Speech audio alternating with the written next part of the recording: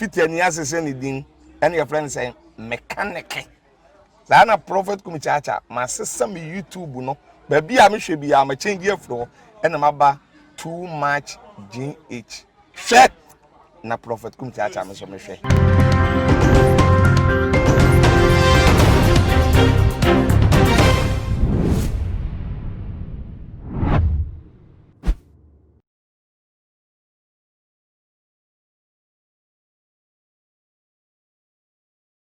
Abusia for any adofuno mema obibia akwaba ede eba too much HSO Ghana wahala jumedi ena ebre asusamuson for muniaba ekwesikapa enenso mede ebebesom ahwefo eni etiefo na abusia for ene de yen papa eye Reverend Isaac Tru.m.p ababontin ede eye ensembi ababetu edwa afa eye Archbishop Duncan Williams ho anachese eye empaibo bia wo mo ebo ene eye media ya na wo mu edi ede ema eye amanone eye empanifo bi no ma chese wo mu edi eye emu no eye yen papa eyi ne hu efrimu na botaya oyi ne hu efrimu na wode ebebetu ejana eye founder and leader of Glorious Word and Power Ministry said the munim no Reverend Isaac Tru.m.p na sentem dane da wo hye enkoma na se ne nkomhya wode aba afa eye US amabato eho eye se eye yen papa eye Joe Biden wonu mum na ebefa eye frankano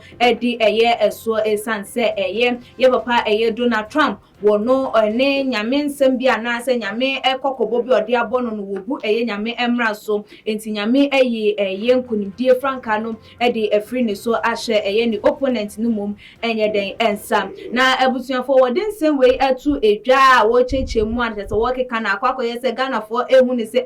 ye papa ide se ne nkomhye ne se de ya abamu because ye hwe se de abato no ekona na ekwakwakoye se eye Joe Biden wono enebefa eye akonya eno nanso so wo munya nkeka eye nyoma sisi anima ye hu de wawi ne de yentimi enjina eye eso na no na ene de ye papa kokopie mu ewo eye OKFM na wode ne nsem no etu eye edwa na wo chiremu esem eye Archbishop Duncan William na wo kan eye prayer warriors such as wo mo bompaye ede ema eye Donald Trump no ehu ebi na ebra wonya ni so ade hunu no esem eye Donald Trump entimi enrene eye 2020 abato no na emom obelusu no wofre eye yen papa eye Duncan William ekache ni se sein ena nyankopon eyi ede achre no na o se wokachre no ewie no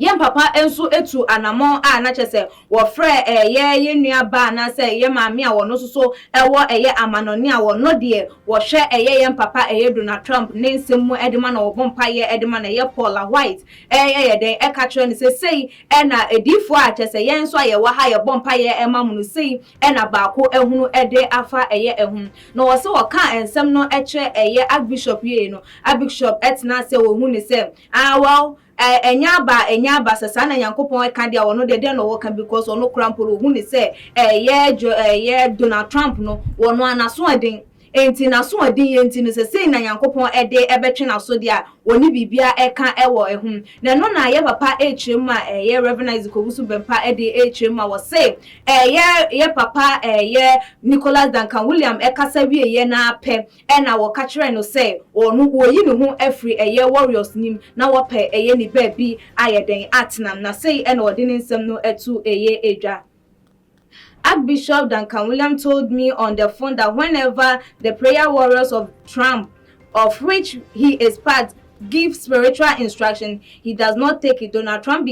has become disobedient to us and his prayer warriors. For that, I bowed out from the group. We ene yen papa nen sama wodi etu edwa wo chemu se ye nua be ma na se yen papa yinsu so wono so de nen sam no etu edwa na ebusuafo wo ka enu ni wie ye no wamfa ensiwa ene wo chemu ebiem se Donald Trump de nkugo no wadi edi ewie nya de se wobetimi enso asan atoa anase wobetimi atena akonya no su ebiem na ensem we ebetu odwa no Ghana for dodo na adwen ho a wo mo ente ase se ye papa Duncan William wa ye na adwen se wo pese wo magana fo ehunu se wono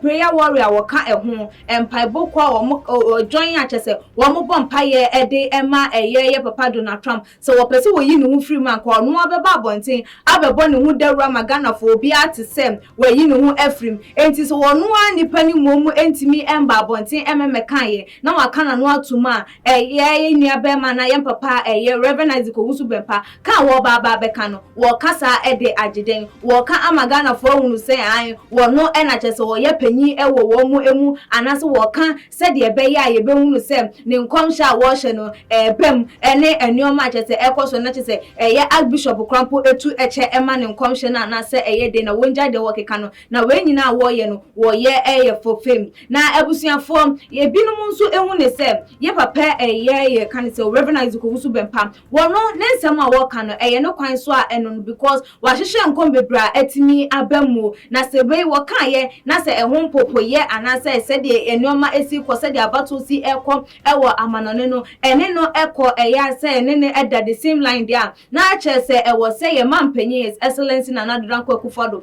wono suso ema nani eda ye ehonum na efutu a ye papa ede ebema no no wono suso atimi afa anye sade a se de ye Donald Trump eyi nani out se ne nsem anase mpaya wo mo bone direction mo de ma no won di so no wan hwa na wono suso no akwa ye se nyame eba beyi ye wono suso afri ye wo man Ghana mu into woman nani enda ye ehonum na abusuafo wutie ye papa Reverend Isaac Owusu Bempa ne nsem a chese wabeka ede afa